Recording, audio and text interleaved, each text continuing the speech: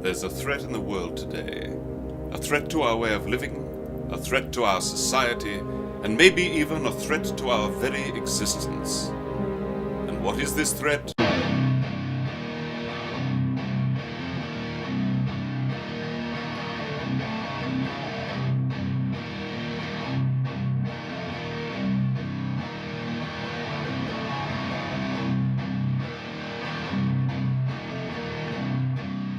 All right, so we ran down football, so we're going to jump out of football because we're in January, so this is basketball season, folks. So let's start off with college. So because it looks like we're going to have more to talk about with the NBA on our picks for All-Stars. That's going to take some time. That's going to take a little bit.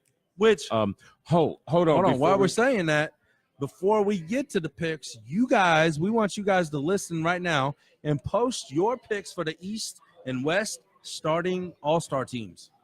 No, I'm sorry, Damon. Go for it now. Just real quick off topic. Imagine that. It was something big, and then it went away. Poof. Right, and then it went was away. so big, Damon forgot. No, this is a little off topic. This is kind of like on this topic. This is like one of the quick editorials, something that we'll start doing as the weeks come on, something we do in the middle of the week. We're in 2019. This is what we're doing now. What we're going to do. We're going to move. So just off topic, on topic, but off topic. Okay, transfers. Since we're going to get into basketball and college and college first. Let's talk about transfer because this is what's going on in college football right now. Yep. The University of Oklahoma just got the transfer of Jalen Hurts from Alabama. I seen that. But denied the transfer of another player on their team. Yep. That's wrong. Part one of something that we might just discuss on the page. You know, this might turn into an actual page discussion. Yeah. Because that's part one of it. And then part two is what up, not Arthur? just talking about from my side of the Michigan thing going on with the coaches. Yep. If the student athlete has to sit out a year or be granted special provisions to play the immediate year of transfer, why is that coaches? And this is the reason why they don't do it.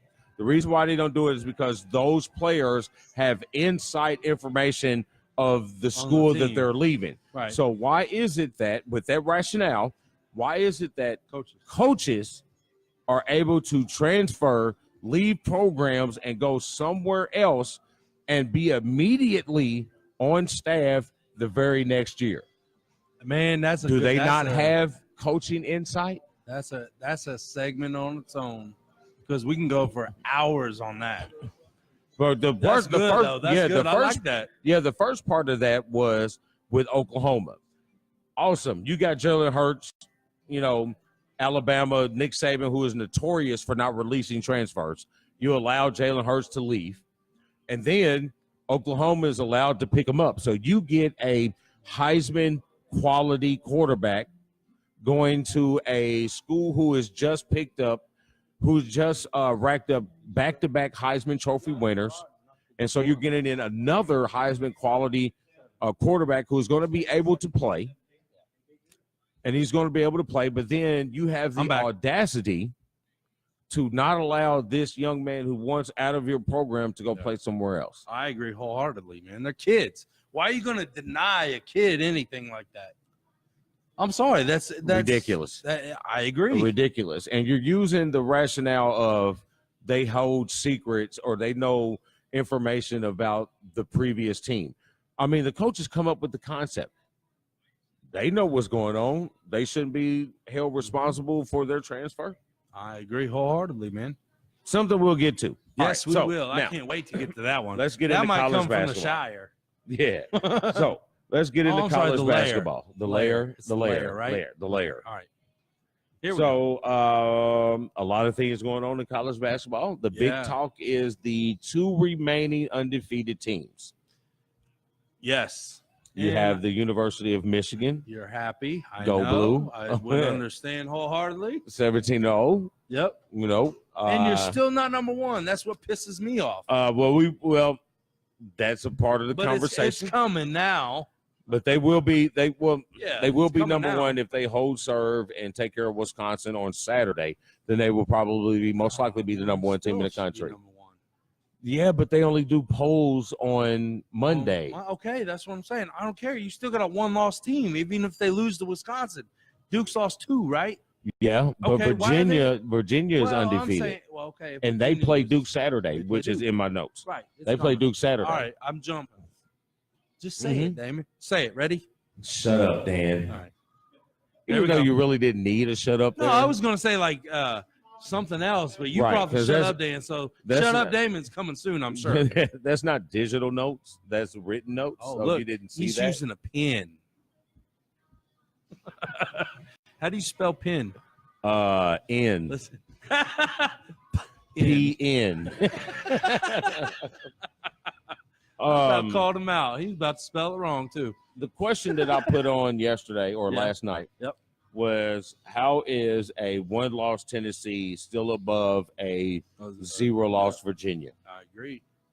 They shouldn't be. That's the same reason why Duke, for the past, week and a half, shouldn't have been number one over Michigan. I'm not a Michigan fan.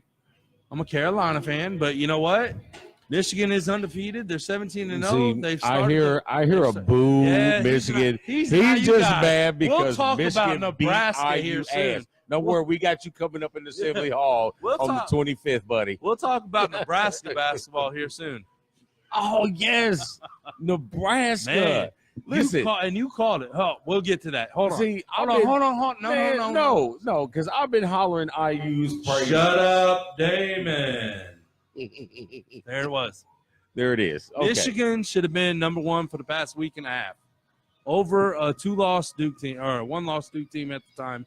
2-loss Duke team now. There's no reason why Michigan should not be number one, even if Michigan loses to Wisconsin. But now, if Duke beats Virginia and Michigan loses to Wisconsin, I can see Duke being number one still. Tennessee will probably jump up to number one. Tennessee, they're not going to put Tennessee above Duke.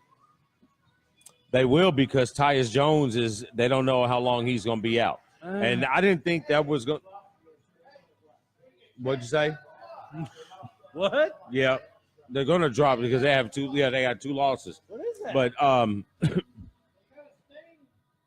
Tyus Jones, I didn't know he had that big of effect. All they've been talking about is Zion. All they've been talking about is Zion.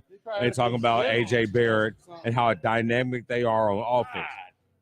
But it looks like the biggest part of Duke's game is Tyus Jones' pressure on the ball. When that point guard is – see, I don't know how much you guys know about basketball. Who are you talking to? Our people out here. Yes, Jay Billis. We're talking to our people out here. Willis, not Billis. I didn't say Willis. Yes, you did. No, I didn't. No, you said Billis. Play it back. I'll play it back Play it later. back. You said Billis. Right. It's his name, Jay Billis. I know what his name is. Damn you. And I said, what you talking about, You're going to Willis? make me forget. I have There it went. concentration issues. You were talking about Billis. Yes. No, you were, damn it. Now it's gone. Oh, shit. Fucker. PG to R real quick, folks. All right, what were we talking about? What do you mean, what are we talking about? You was talking about it. You cut me. You threw other stuff at my brain. So much could go in there at a time. There it went. Right out the back. So, I don't know. What were we somebody help? Thank you. Thank you. Because we both were lost. We appreciate it. That's the biggest key. Is like, oh, okay, I got it. There it comes. He just hit it. I'm going to shut up now. Those of you who play basketball, you know how important it is for the point guard to bring the ball up to set up the offense. Yep. But if the point guard has to turn his back to his offensive side, then everything is off. And that's what Tyus Jones does. He turns the point guard. Whoever's bringing the ball up the floor, he turns them where they have to back dribble.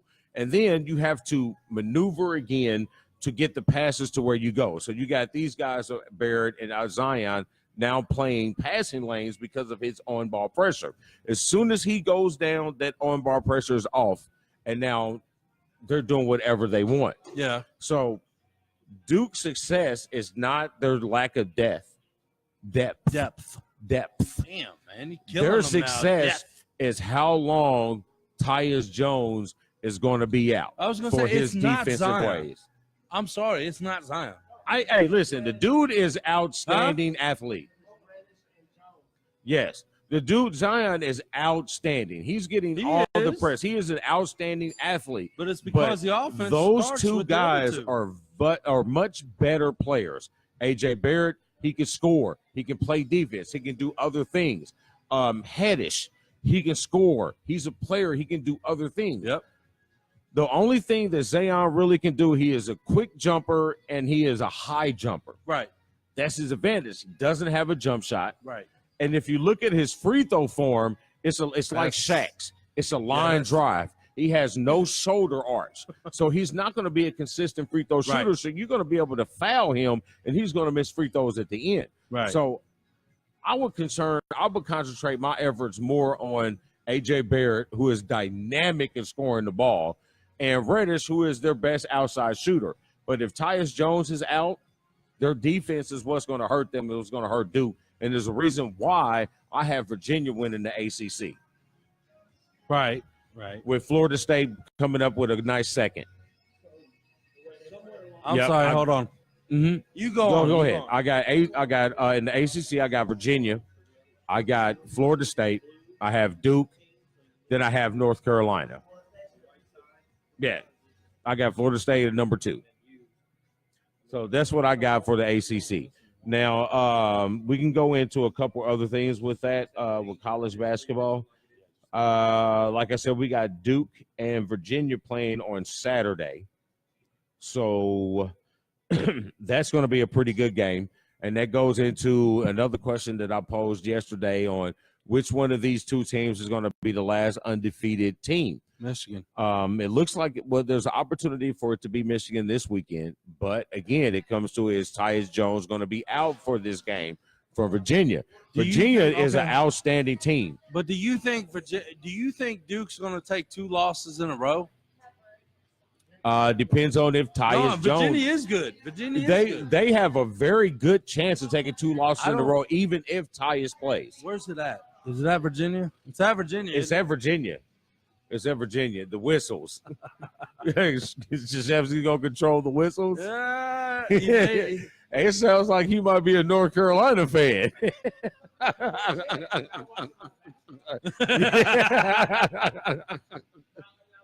All right. Well, I don't know. I still think I still think Virginia Michigan wins this game. I think Virginia wins this game. I think Virginia, because I mean, even with I'm Tyus, sure as hell not a Duke fan. I'm not a Duke fan, but I don't think they're gonna. I am a Krzyzewski fan, but I'm not a Duke fan. I mean, it's hard for them to lose 2 games in a row. I do get that, but that defense was so dramatically different with his injury than him being in the game. I don't know, and because Virginia is outstanding, they shoot the ball, they move the ball, they have they've won the ACC regular season 3 years in a row. They have the returning ACC Player of the Year. I like Virginia. I already picked them to win the ACC. But you still lost to the 16th seed in the tournament, and the best player in the conference did not play. But you still should be able to beat that team. I was gonna say, but that team won. Hey, didn't that team win 2 games? No. So they beat somebody else. It wasn't just them. They beat it doesn't matter. They beat the number 1 seed in the tournament. The number 1 overall seed. Period. Okay, I get it. But Virginia is outstanding.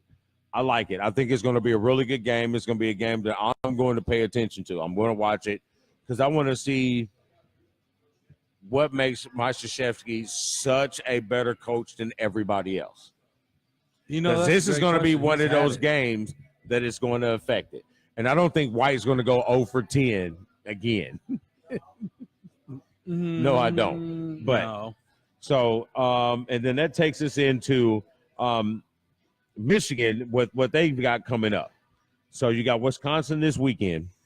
Everybody's in conference play now. Yep. So anything could happen. I understand. Anything can happen. So backing up, their next ranked opponent will be, as of right now, since IU lost to Nebraska.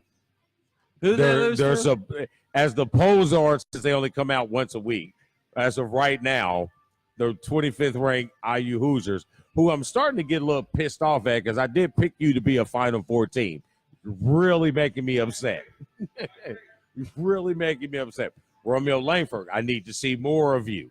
Morgan is getting his hoop on. Man, but I'm anyway. gonna tell you right now. Here's my opinion on IU basketball. Let me know.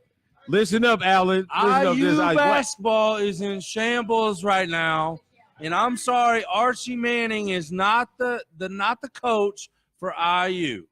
I'm sorry, Archie Manning, Archie Miller, Sean Miller.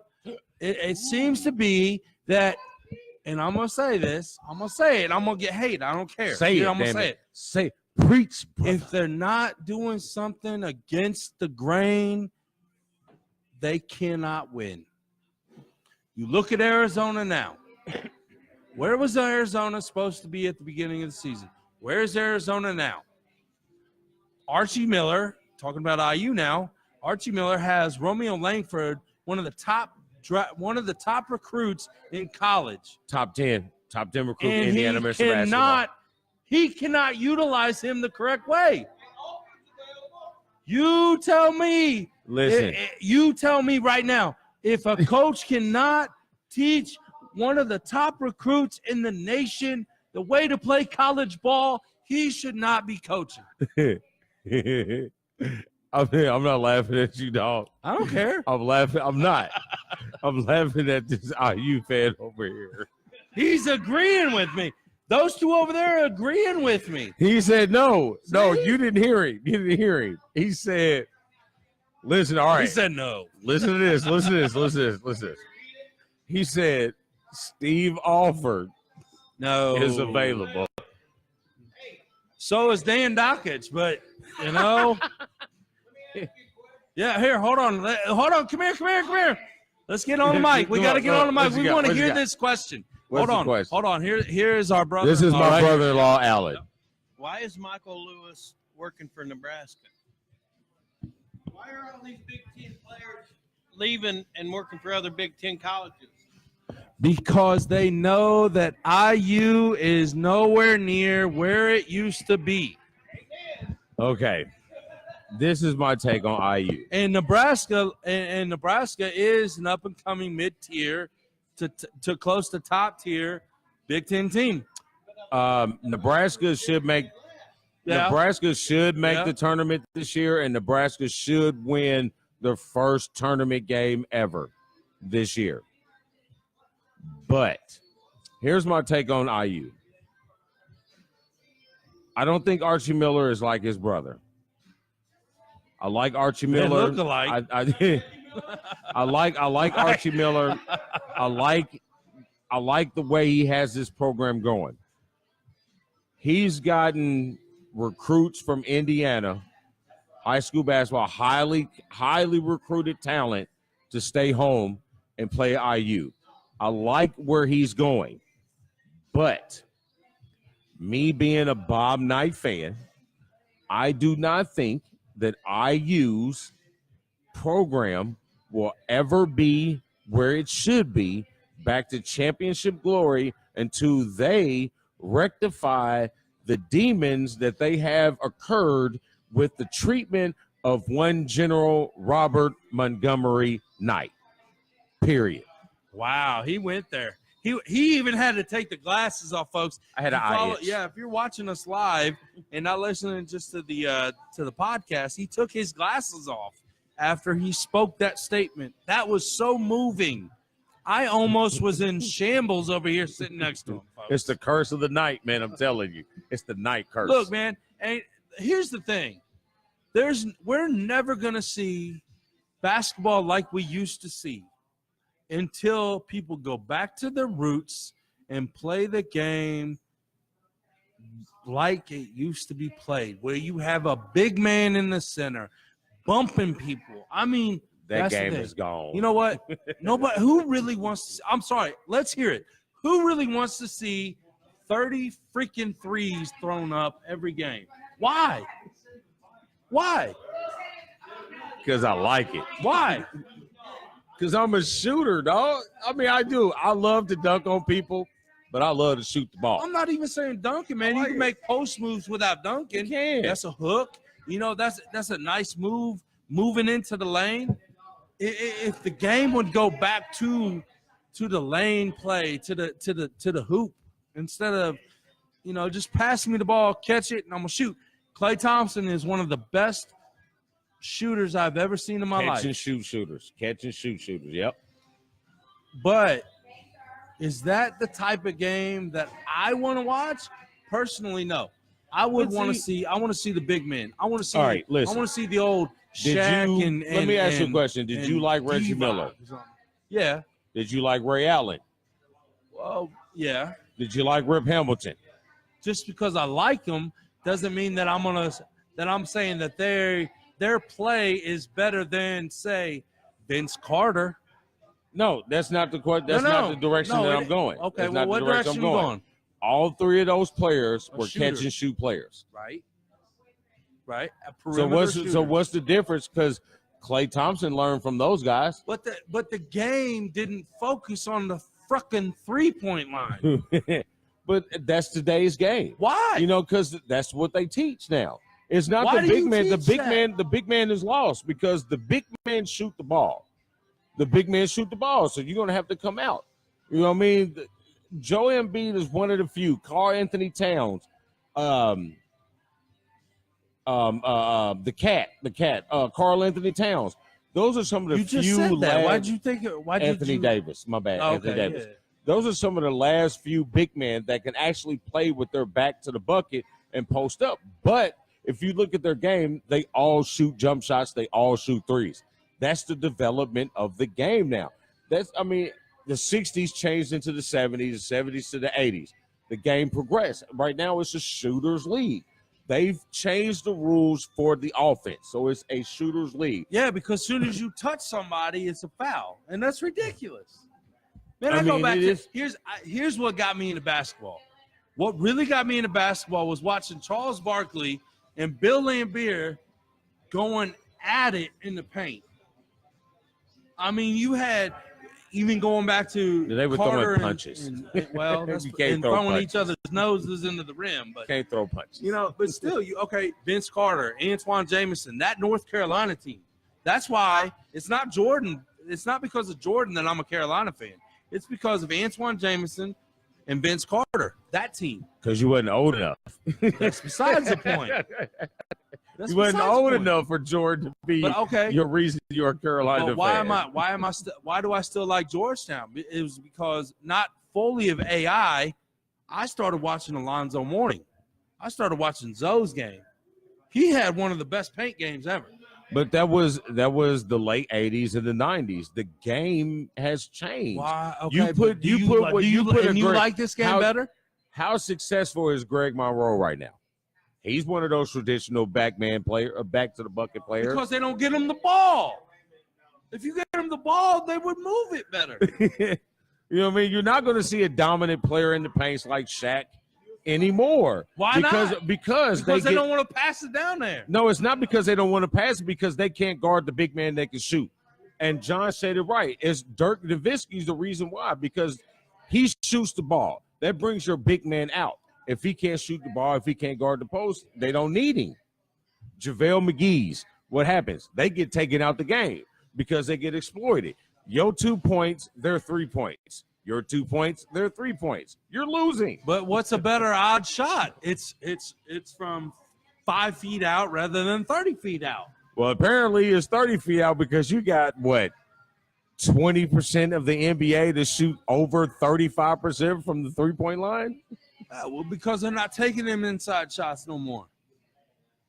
The offense, they don't make the offenses to run through the lane. They The don't move great- them to the The post. great They players have them to and the shot. all-star players are taking those shots. Oh, let's talk about the all-stars. I mean, the Since you all-stars. said it. I mean, Since but you true. said it, let's But, I talk mean, about but it. true. The all-star players and the great players take those shots. It's not all that. I mean, you think Steph Curry just shoots threes? He's one of the 90% of the best time. finishers. No, he's one of the best finishers in the lane. Man, what in does the everybody? league. What does every kid that buys his damn jersey know him for? The Hey. 3-point. They don't know him because he moves to the lane. How does They he move to how the does he shot. how does he shoot 90% from the free throw line? Because he gets in the lane and he gets bumped But and I'm he hits saying, layups. But I'm saying the fan base, the younger fan base knows him not from the free throw line. They Yep. know him from the 3-point They know him line. because he shoots 40-foot threes. Yes, Exactly. but you get your points from scoring layups and going to the free throw line. How do you get to the free throw line? Going to the rack. He's one of the best finishers in the league for under 6 foot. They say he's 6'1", 6'3". I think he's like 5'11" 6 and a half. You know what I mean? So, and the same thing with James Harden. James Harden shoots a lot of threes, but James Harden shoots 17 free throws a game. And you And know what? because you get to the line. You And get you know to the what? line because you attack the bucket. Your boy just posted it's European ball these days. And I agree. But isn't this called the NBA? Don't they have their own European league that they play their own way? Is that really why they beat us in the Olympics after the Dream Team? No, it's because we went soft. Yeah, I'm All on right, one. I'm gonna let I'm you on know. I'm gonna let you know. Patrick Ewing will be highly ineffective against a Luka Doncic. You can give him the ball in the paint. He is going to score in the paint. Granted, give Luka Doncic the ball on the 3-point line. Patrick Ewing has to come out. He cannot guard him from the 3-point line to the bucket. So he's either going to foul him or it's going to be a 3-point shot. You move your defense to switch up. If Doncic comes outside, you switch up on a guy that's going down. Soon as he cuts down, you switch back up. And he averages 4 assists a game. And he averages 4 assists a game just for that reason. Because he drives the ball, they come over, he drops it off to Dennis Smith Jr., and he dunks on your face. And that's basketball. And that's all because he can shoot the three. But we're talking about the inside game. Where's the score right there? It's the inside game. You know what I mean?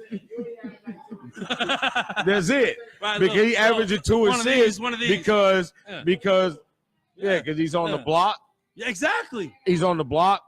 They double. He swings out. I know you know, but how much offense can be actually made from the post? Exactly. I mean, a lot of offense, and I mean, I'm not just talking about your postman scoring. I'm talking about like what you were saying, DJ. When Ewing did, get his 2 assists. Well, why? Because they double teamed him. As soon as he got that ball at the post, boom, one fell down on him. He had his defender on him from the back. Boom, you had a wide open layup. Boom, you had a wide open shot. Mm-hmm. Okay, here I'm gonna tell you how this breaks down. If you're playing in 80s, 90s rules, the big man wins. If you're playing in today's rules, the guard wins. It's sad. That's just the way it is. You know what I mean? It's just a different game. And that's why we can't discount what the game is now because of what we grew up with. We sound like them old heads, them Oscar Robinsons, them Scottie Pippins. We sound like these guys who can't transition with the game the way the game transitions. No, we can transition.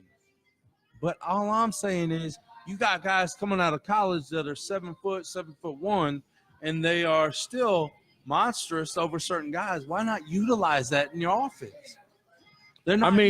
Some teams do. 90% of the teams do not. Some teams do. You know, it's just but these big men have to compete. You know what I mean? These and the true big men do. But see, I understand what you're saying, but you have to. I think you're discounting the way the rules are set up. The rules don't allow for a big man to be a big man anymore. Okay, so you're why not did going to you get you're not going to get those sacks. Joe Embiid is probably the last one that you're going to see of that magnitude. I agree. Because he can play that way. Yeah. But if you look at it, he also brings the ball out. He can shoot the 3. He can shoot the 15-foot to the 22.5-foot jump shot. That's the way the game is. And in any sport, the game progresses with the talent that comes in the game. Even if it's racing, the talent is better, so the game changes with the talent. So you can't critique these guys on a game that was played in the relics. Why is that? Okay, yeah, I get it, Julian. Boy, your son is – my nephew is so Mr. Obvious. The point of the game is to score more than the other team. I am glad your cathedral education helped you figure that out, Neff. You Come play to on, win man. the game. You Hold on. Hold on. You play to win the game. But you know what I got also? Shut up, Julian.